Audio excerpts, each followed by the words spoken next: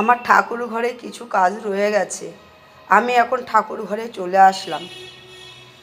ঠাকুর ঘর সকালে ঘুম থেকে উঠেই ঠাকুর ঘর গোছানো, ঠাকুর ঘর ঝাড় দেওয়া, ঠাকুর জাগানো এইগুলো আমার হয়ে গেছে। এখন যে বাকি কাজগুলো রয়ে গেছে সেইগুলো আমি এক এক করে করে নেব। এই যে ঠাকুরের বাসনগুলো রয়েছে ধোয়ার বাকি, সেই বাসনগুলো আমি নিয়ে যাব ছাদে, নিয়ে গিয়ে ভালো পরিষ্কার করে নিয়ে আসব। আর যে এখানে তোমরা যে ঠাকুরগুলো দেখতে পাচ্ছ এইগুলো ছিল আমার অন্য ঘরে। এবার আমি কি করব বলো বন্ধু? আমার ছেলে এই ঠাকুরগুলো কিনেছে, প্রত্যেকটা ঠাকুরের ফটোগুলো আমার ছেলে কিনেছে। এবার তাদেরকে তো অন্য ঘরে রাখলে আমি জল মিষ্টি দিতে পারি না। আর এটাও বলছি ঠাকুর ঘরে এনেও আমি এদেরকে জল মিষ্টি দিচ্ছি না। তবে হ্যাঁ, আমি যে ঠাকুরকে যে জল মিষ্টি দিচ্ছি তার সাথে সাথে এইগুলোকেও ধূপ ধুনা দেখিয়ে নিচ্ছি। জল মিষ্টি দিই না বন্ধু, আমি আগেই বলেছি, আমি ধূপ ধুনোটা দেখিয়ে নিই। যা মনের মধ্যে এইটুকু শান্তি আসে। আমি ওদের জল মিষ্টি দিচ্ছি না, ঠাকুর ঘরে রেখে দিয়েছি, ধূপ ধুনো তো দিচ্ছি, এরা তো রোজ গেলে ধূপ ধুনোটা পাচ্ছে, এই ভেবেই আমি শান্তি।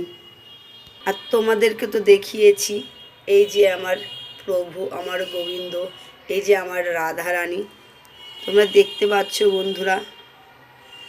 এই যে আমার ঘরের লক্ষ্মী, এই যে আমার জগন্নাথ, ভোলানাথ।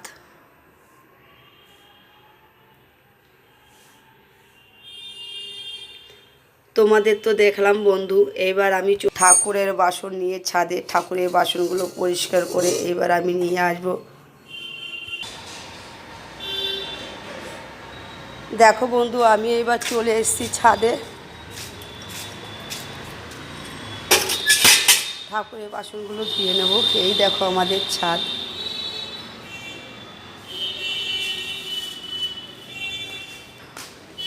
তোমাদেরকে দেখিয়ে দিই আমাদের ছাদ। আমাদের ছাদের চারিপাশটা ঘেরা।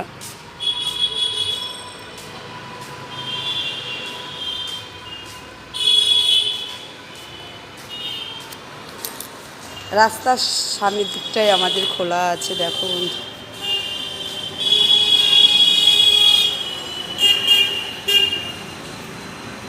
রাস্তা এখন ফাঁকাই আছে, যত বেলা হবে তত জ্যাম হয়ে যাবে রাস্তাটায়।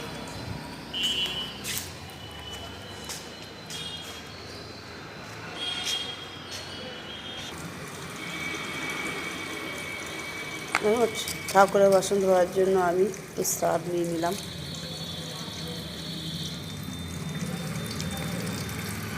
এটা আমি ধুয়ে নেব।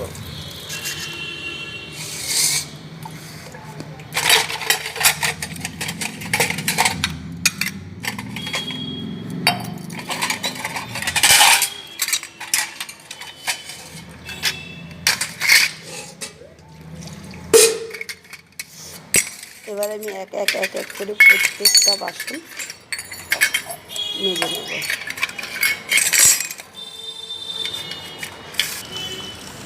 ঠাকুরের বাসনগুলো মাজা হয়ে গেছে, এক এক করে আমি এবার ধুয়ে নেব। বাসনগুলো ভালো করে ধুয়ে নেব।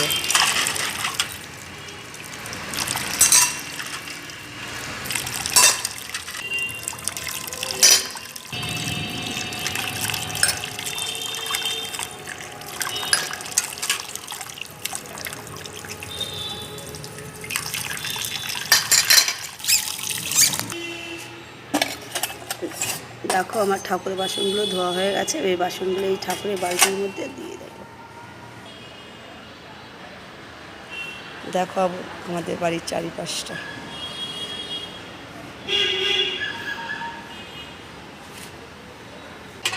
ঠাকুরের বাসন নিয়ে এইবার আমি চলে যাচ্ছি নিচে। চলো, ঠাকুরের বাসনগুলো ধুয়ে আমি চলে এসেছি ঠাকুর ঘরে।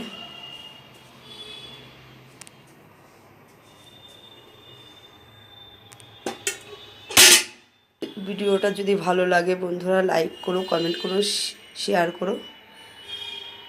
টাটা।